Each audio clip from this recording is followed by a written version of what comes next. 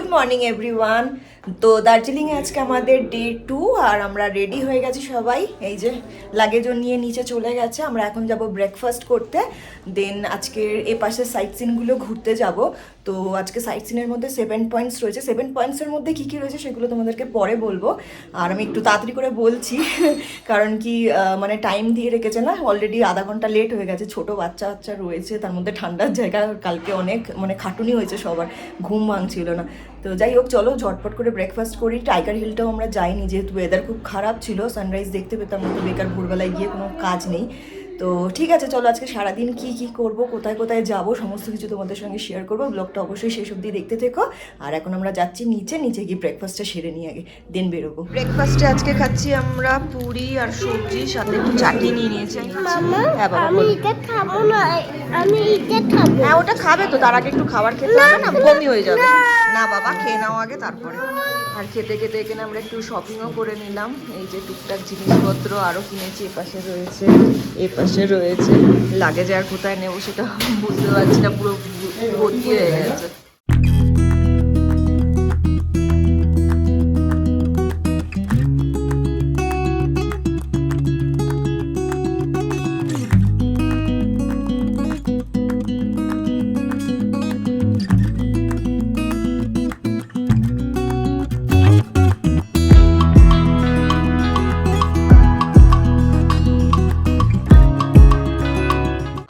First স্পটে চলে এসেছি, আর ফার্স্ট স্পট হচ্ছে টাইগার হিল। ওই যে বোর্ড লাগানো রয়েছে পেছনে, দেখতেই পাচ্ছ। সানরাইজটা তো দেখতে পারলাম না, সান উঠে গেছে, তারপরে দেখি। অন্তত ঘুরে যাই জায়গাটা, এত দূর এসেছি যখন। কাঞ্চনজঙ্ঘা দেখতে পারবো কিনা জানি না। এই যে আমরা সবাই, আমাদেরকে আগে একটু দেখে নাও, তারপর টাইগার হিল দেখাচ্ছি। বাবা, এমনভাবে জড়িয়ে ধরেছে, পড়ে যাচ্ছিলাম আমি। চলো।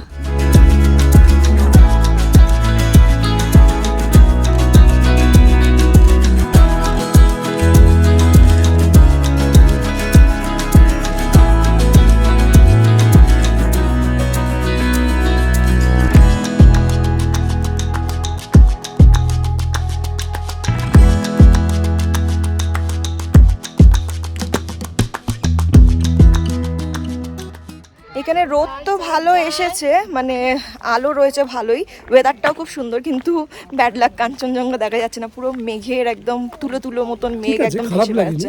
হ্যাঁ, খুব সুন্দর লাগছে। ফার্স্ট পয়েন্টটা খুব সুন্দরই গেল। এরপরে আমরা কোথায় যাচ্ছি? জু। এবার আমরা যাচ্ছি, হ্যাঁ, কারণ কি আমরা টাইগার হিল যাওয়ার যে রাস্তাটা দিয়ে আসলাম, ফরেস্টের ভেতর থেকেই আসলাম, তো এরপরে মেবি জুতেই যাব। তো চলো, যেখানেই যাচ্ছি না কেন তোমাদেরকে সাথে নিয়েই যাব। চলো, নেক্সট স্পটে আমরা চলে এসেছি। এটা জু, যেটা বলেছিলাম তোমাদেরকে যে জু যাব এবার। তো চলে এসেছি জুতে, দেখি কি কি জীবজন্তু দেখতে পারি।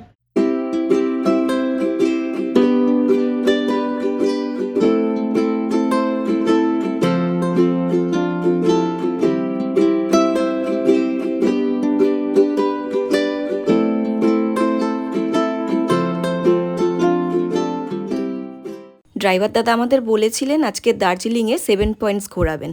তো সেই 7 পয়েন্টসের মধ্যে ফার্স্ট পয়েন্টটা ছিল টাইগার হিল, যেটা তোমরা অলরেডি দেখে নিয়েছো। আর এখন আমরা চলে এসেছি সেকেন্ড পয়েন্টে, যেটা হলো জু। তবে এই জু এর মধ্যেই না 3টে পয়েন্ট রয়েছে। ফার্স্ট তো জু রয়েছে, সেকেন্ড রয়েছে HMI, হিমালয়ান মাউন্টেনিং ইনস্টিটিউট, আর থার্ড হলো একটা মিউজিয়াম। এই তিনটেই কিন্তু আমরা এখানেই এক জায়গার মধ্যেই দেখতে পেয়েছিলাম। তবে আমরা HMI এর ভেতরে গিয়ে ঘুরে দেখিনি, কারণ কি আমরা জু দেখতে এত মজা পাচ্ছিলাম। এখানের জু এর সিস্টেমটা এত সুন্দর করে করা রয়েছে, সেটাই এত ভালো লাগছিল দেখতে। মনে হচ্ছে না আমার আর যে কোনো পশুর মাঝখানে শুধুমাত্র একটা মানে জালি রয়েছে, একদম চোখের সামনে ফেস টু ফেস দেখতে পাচ্ছি, এরকম মনে হচ্ছে। এত সুন্দরভাবে ওদেরকে রাখা হয়েছে না। মেবি এখানের যে পাহাড়ের যে সিস্টেমটা রয়েছে, যে ঘোরানো ঘোরানো রাস্তা হয়, পেঁচানো রাস্তা, স্পাইরাল রাস্তা, সেই কারণের জন্য হয়তো এত সুন্দরভাবে ওদেরকে মানে অ্যারেঞ্জ করে রাখা হয়েছে, যেটা আমাদের কলকাতায় হয়তো পসিবল হয়নি। মেবি আমার মনে হয় তো সেটাই হয়তো রিজন। কারণ কি নিচের দিক থেকে আমরা রাস্তার একটা ভিউ দেখতে পাচ্ছি, মানে বাঘ বলো সিংহ বলো, আবার ওই রাস্তাটাই যখন একটু পেঁচিয়ে ওপরের দিকে যাচ্ছে তখন আবার ওপর থেকে একটা ভিউ পাচ্ছি। তো সেই কারণে না মানে অনেক সামনে থেকে দেখতে পাচ্ছি, সমস্ত মানে অরিজিনাল সাইজ যেটা হয় সেই রকম সাইজে দেখতে পাচ্ছি। আর প্রত্যেকটা পশু পাখি এত হৃষ্টপুষ্ট, ভীষণ ভালো লাগছে, খুব সুন্দরভাবে যে ওয়েল মেনটেন সেটা দেখেই বোঝা যাচ্ছে। তো এটা দেখতে দেখতেই আমাদের অনেকটা সময় চলে গিয়েছিল, কারণ আমরা প্রত্যেকটা জিনিস দেখেছি। প্রত্যেকটা জিনিস হয় না কি কোনো গুহার ভেতরে ঢুকে রয়েছে, খাঁচার ভেতরে ঢুকে রয়েছে, ওরকম ব্যাপার ছিল না। প্রত্যেকে যেন একদম মানে ঘুরে হেঁটে চলে বেড়াচ্ছে, চোখের সামনে দেখতে পেরেছি। তো ভীষণ মজা লাগছিল। সেই কারণে আমরা ভাবলাম যে HMIটাকে স্কিপ করে যাই। ইনফ্যাক্ট আমরা মিউজিয়ামেও যাচ্ছিলাম না, কিন্তু মিউজিয়ামের পাশ থেকেই আমরা হোয়াইট টাইগার যেটা রয়েছে, সাদা বাঘ, সেইটা যাওয়ার রাস্তাটা ছিল। তো সেই কারণে ভাবলাম যে একবার ভেতরে গিয়ে দেখি। আর ভেতরে গিয়ে সত্যি কথা বলছি, মনে হচ্ছে না একদম ঢুকে সার্থক হয়েছে, কারণ এত সুন্দর সুন্দর জিনিস দেখতে পেলাম ভেতরে, মিউজিয়ামের ভেতরে। ছোট ছোট টার্টল থেকে আরম্ভ করে টর্টয়েস, সাপ, তারপরে বিভিন্ন বাটারফ্লাই, বিভিন্ন ধরনের জিনিসগুলোকে না একদম ভ্রূণ অবস্থা থেকে দেখাচ্ছে। খুব সুন্দরভাবে প্রিজার্ভ করা রয়েছে, খুব সুন্দরভাবে মানে গুছিয়ে রাখা রয়েছে। তো দেখে খুব ভালো লাগলো। আর হয় না মিউজিয়ামের মধ্যে একটা বোটকা গন্ধ, সেরকম কিচ্ছু না, একদম পরিষ্কার, নিট অ্যান্ড ক্লিন পুরো একেবারে। তো ভীষণই ভালো লাগছিল। তো তারপরে তো ওখান থেকে বেরিয়ে আমরা চলে গিয়েছিলাম সাদা বাঘ দেখার জন্য। আর এই সাদা বাঘ দেখতে গিয়ে আমরা এত হেসেছি কুট্টুসের কথা শুনে। তো কুট্টুসকে আমরা দেখিয়ে বলছি, ওই দেখ সাদা বাঘ, সাদা বাঘ। তো ও বলছে, আরে না রে, এটা জিব্রা, এটা সাদা বাঘ নয়, এটা জিব্রা। তো কিছু ভুল সেরকম বলেনি, কারণ সাদা বাঘের যে কালারটা গায়ের মধ্যে হোয়াইট আর ব্ল্যাকের কম্বিনেশনে রয়েছে, তো জিব্রারও কালারটা হচ্ছে হোয়াইট আর ব্ল্যাকের মধ্যে রয়েছে।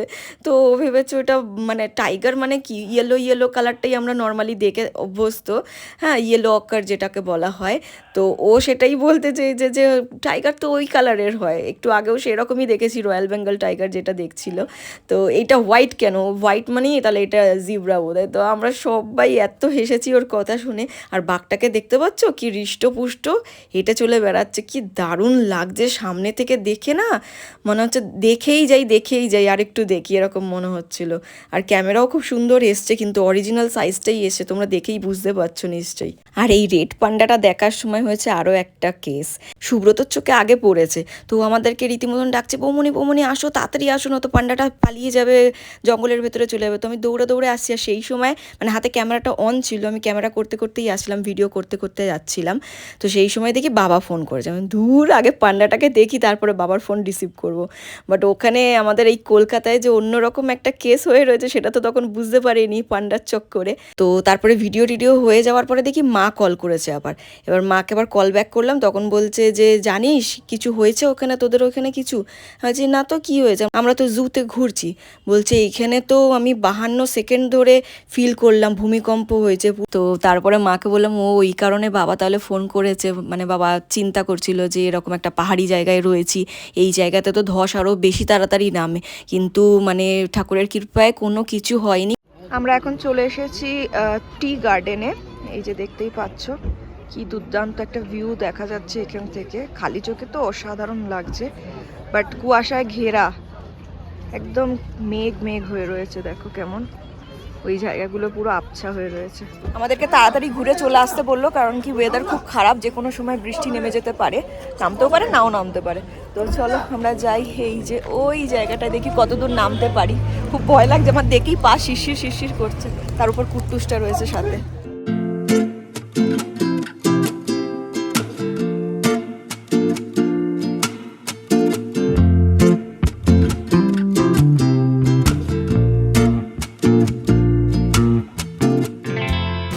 ছোটবেলায় জিওগ্রাফিতে পড়েছিলাম না, ধাপ পদ্ধতিতে চা চাষ হয়, তো দেখলাম, এর আগেও দেখেছি অনেকবার যদিও।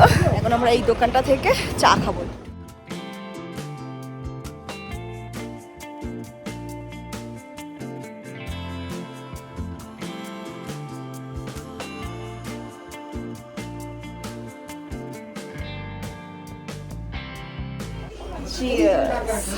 চা পেয়ে গেছি হাতে, এবার চুমুক দিই চায়ে, দেখছো ধোয়া উঠছে।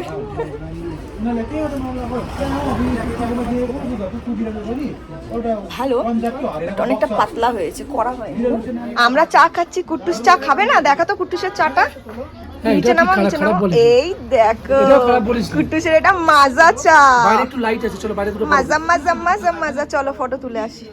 এরপর আমরা চা খেয়ে সেম রাস্তা ধরে আবার ব্যাক করছিলাম, আর রাস্তাতে যাওয়ার পথেই পড়েছিল আরও দুটো স্পট, যার মধ্যে একটা ছিল তেনজিং রক। আর এই তেনজিং রকের মধ্যে না মাউন্টেন ক্লাইম্ব করা যায়, মানে ট্রেকিং করতে পারা যায়। আর ঠিক এর অপোজিটেও দেখে আরেকটা পাহাড় রয়েছে, এটারও একটা কিছু নাম বলেছিল। তো আজকের এই 7 পয়েন্টের মধ্যে 6খানা পয়েন্ট তো আমাদের ঘোরা হয়ে গেল, আর এবার আমরা যাচ্ছি লাস্ট পয়েন্ট, একটা ঝর্ণা দেখতে।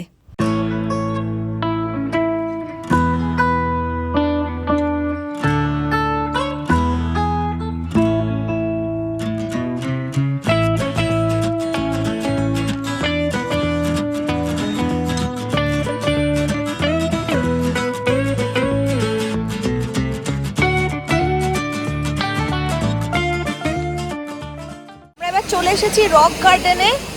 এই দেখো ঝর্ণা, রক গার্ডেনে এই ঝর্ণাটাই দেখার রয়েছে। 20 টাকা করে এন্ট্রি ফি রয়েছে এখানটাতে। চলো ভেতরে গিয়ে দেখি। বুঝতে পারছো, কুট্টুসকে বলছি যে কল ছাড়া দেখ কোথা থেকে জল পড়ছে, কি সুন্দর। ঘুমাচ্ছিল, ওইটা বলে বলে ওকে তুললাম না। বাবা কল ছাড়া কোথা থেকে জলটা পড়ছে বল। কুট্টুসের বাবি যাচ্ছে এখন কুট্টুসের জন্য জল নিতে, বোতলে করে, তাই তো? কোন বোতলে নেবে? এই সত্যি সত্যি নাকি? নেবো না আবার পাকামি করে। আর একজন যাচ্ছে দেখো কোথায়, ফটো তোলার চক করে। আরেকটু ভেতরে যাও, আরেকটু ভেতরে যাও। হ্যাঁ সিরিয়াসলি শাহরুখ খানের ডায়লগটা হাতির দাঁত ধরে নিয়েছে। তুমিও ওই দাঁতটা ধরো, তোমাকে ওই দাঁতটা ধরতে বলছে। কি জ্বালা রে বাবা। দাঁত ধর ধর, টিলায় পড়ে যাবে। দাঁত ধরো, দাঁত।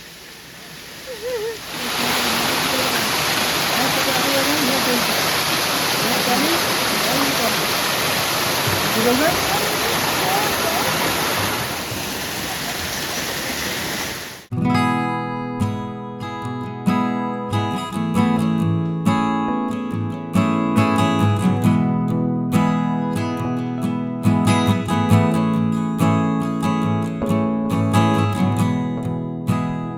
ফাইনালি দার্জিলিং এসে আমরা মোমো খাচ্ছি এখন। লাস্ট এই একটাই প্লেট পড়েছিল। কিছু বলবে? বলছি মোমোটা খেতে ইচ্ছে করছে, ওটাই বলছি। তাই আমার তো উদ্ধার হয়ে গেল। দেখো দেখো কিরকম একটা সিচুয়েশন আমরা রয়েছি, পুরো ঘুটঘুটে অন্ধকার গাড়ির ভেতরে, তার সঙ্গে একটা হরর মুভির গান চলছে। আমরা পৌঁছে গেছি তামসাংয়ে। তামসাংয়ের একটা হোমস্টেতে উঠেছি। এটা নিয়ে মানে নামটা নিয়ে কনফিউজড। যাকে মানে ফোন করা হয়েছিল, আমরা হোটেলে যেই হোটেলে উঠেছিলাম সেখানের মালিককে, তো উনি বললো কি গৌরীকুণ্ড এরকম কিছু, কিন্তু এটার রিসর্টের বাইরে মানে হোমস্টের বাইরে দেখলাম কি গুরুম গাঁও এরকম কিছু লেখা। তো এখন আমরা সবাই ভীষণ টায়ার্ড, আর নাম নিয়ে রিসার্চ করতে পারলাম না, পরে দেখবো। আর এত সুন্দর লাগছে এখান থেকে ভিউটা, তোমাদেরকে দেখাচ্ছি। আর দেখো মুখের মধ্যে লজেন্স রয়েছে, তার জন্য এরকমভাবে কথা বলছি।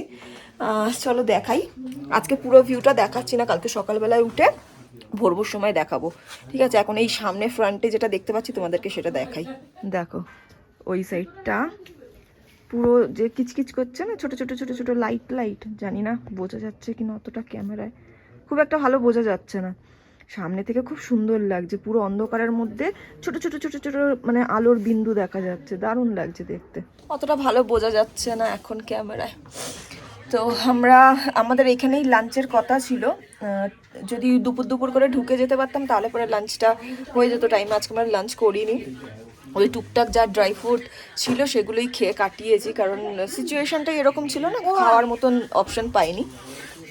তো বিভিন্ন জায়গায় আমরা একটু ফটো ভিডিও এটা ওটা হাসাহুসি করতে করতে একটু লেট করে ফেলেছি, অনেকটাই লেট করে ফেলেছি। এখন প্রায় 7টার মতন বাজে। তো লাঞ্চ করে নিয়ে আমরা ওই কারণে এখানে যে রয়েছে এই মানে কি বলবো হোমস্টেটা যে দেখাশোনা করে, যার দায়িত্বে রয়েছে, ওনাকে বললাম যে অন্তত কিছু লাঞ্চ রেডি রয়েছে, বাট এখন ভাত খেয়ে আবার 2 ঘন্টা বাদে ভাত খাবো, ডিনার করবো, ওটা খেতে ইচ্ছা করছে না। ওই কারণে বললাম একটু ম্যাগি বানিয়ে দিতে, ভীষণ পরিমাণে ম্যাগি খেতে ইচ্ছে করছে। সুব্রত আর আমার ননদ ওরা লাঞ্চটাই করছে, ওরা একটু ভাতটাই বেশি প্রেফার করে, ম্যাগিটা ওদের প্রবলেম হয়। তো আমরা এখানে 2 ফ্যামিলি যেটা রয়েছি, আমরা সবাই ম্যাগি খাবো আর একটু চা খাবো।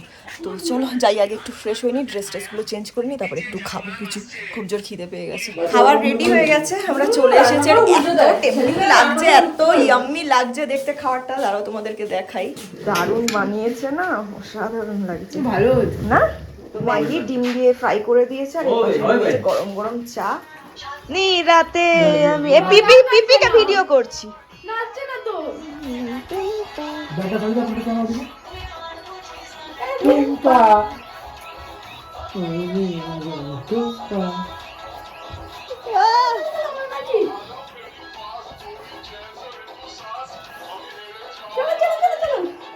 ওয়েদারটা দেখো আজকের এখানে মানে টেম্পারেচার 12 ডিগ্রি দেখাচ্ছে, মিনিমাম 7 ডিগ্রি, মানে রাতে 7 ডিগ্রিতে চলে যাবে।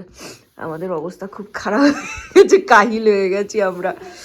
আমার তো নাক থেকে জল বেরোনো চালু হয়ে গেছে, গলা পুরো ধরে নিয়েছে। আর এখন আমরা সবাই বলতে আমরা এই কয়জন মিলে একটু আড্ডা দিচ্ছি, গল্প করছি, নাচ গান করছি। এই যে এই টেনিয়াটা বড্ড বদমাইশি করছে, আমাকে কারোর সাথে কথা বলতে দিচ্ছে না, একটু হাসতে পারছি না, একটু গান গাইতে পারছি না, সবকিছুতেই প্রবলেম হচ্ছে। এখন বাজে 9টা, আর কিছুক্ষণ বাদে আমাদের 9:30 থেকে 9:30 টাইম দিয়েছে, আমরা ডিনার করে নেবো। হ্যাঁ, কালকে সকাল 8টার সময় আমাদের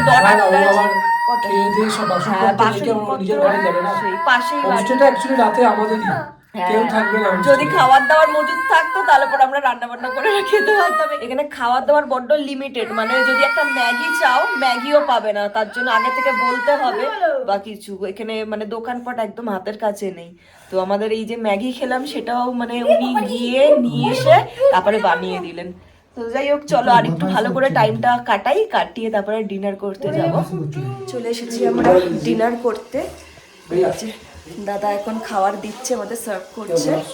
মাংসটা জাস্ট মাখো মাখো ফ্রাই টাইপ লাগছে। তো আমাদের ডিনারের টেবিল পুরো সাজিয়ে দিয়েছেন দাদা। কি কি রয়েছে একবার দেখাই। ভাত রয়েছে, পাশেই রয়েছে পাঁপড়, এটা সুন্দর একদম ফ্রাই টাইপের, মানে পুরো ড্রাই করে কষা চিকেন বানিয়ে দিয়েছে। এটা হচ্ছে দুপুরে আমাদের জন্য ডিম আর সয়াবিন দিয়ে তরকারি বানিয়েছিল সেটা। আর এটা হচ্ছে কুট্টুসের জন্য বিশেষ করে ডালটা করে দিয়েছে দাদা, পাশে স্যালাড রয়েছে। আর তোমাদের তখন বলছিলাম না এই হোমস্টেটার নামটা নিয়ে আমি মানে ডাউট ছিলাম, তো এই যে দাদা রয়েছে এখানে, ইনি সমস্ত কিছু বানিয়েছে। গৌরীকুণ্ড, তাই তো ঠিক বলেছি তো? গৌরীকুণ্ড, হ্যাঁ, গৌরীকুণ্ড হোমস্টে। তোমরা যদি কোনো সময় এখানে আসতে চাও ঘুরতে, অবশ্যই এখানে ভিজিট করো। রুমটুমগুলো এত সুন্দর, এত পরিষ্কার, আর খাওয়ার টেস্ট তো উনি বানিয়েছে অসাধারণ। মানে ম্যাগিটার কথা ভুলতে পারছি না, দুর্ধর্ষ। আর এখানে যে খাবার, এগুলো দেখেই বোঝা যাচ্ছে যে কতটা সুন্দর। ঘ্রাণেনও অর্ধভোজনও এরকম কিছু একটা কথা আছে না, তো গন্ধটা এত সুন্দর আসছে, অসাধারণ। তো চলো আমরা ডিনারটা সেরে নিই। অনেক টেস্টি ডিনার চোখের সামনে বসে রয়েছে, আমরা ওয়েট করতে পারছি না। রুমে এসে আমি ফ্রেশ হয়ে নিলাম, এখন মানে হালকা লাগছে। প্রচণ্ড পরিমাণে না সর্দি হয়ে গেছে, নাক থেকে জল পড়ছে, আর গলাটাও খুব ব্যথা করছে, ওই কারণে ঠান্ডাটা অতিরিক্ত পরিমাণে লাগছে। যদিও এই রুমটাতে বেশ মানে একটু গরম রয়েছে, নিচের রুমটাতে সুব্রতরা যেই রুমটা পেয়েছে ওই রুমটাতে যেন বেশি ঠান্ডা লাগছে আমার। তো যাই হোক, আমি ফ্রেশ হয়ে গেছি। আর একজন তো দেখো খেলা দেখতে মোবাইল নিয়ে ঘুমিয়ে পড়েছে। বললাম বলে তাকালো, চোখ বুঝেছিল। হ্যাঁ, না, যাই হোক, কুট্টুসকে আমি একটুখানি এবার ক্লিন করে দেবো। ওকে রাতে শোয়ার আগে একটু সর্ষের তেল নিয়ে এসেছি আমি, কালকেও মালিশ করে দিয়েছিলাম, আজকেও পুরো ফুল বডি মালিশ করে দেবো, পাগুলো একদম মাসাজ করে দেবো, ঘুমটা তাহলে ভালো হবে। কাল রাতে খুব ভালো ঘুমিয়েছে।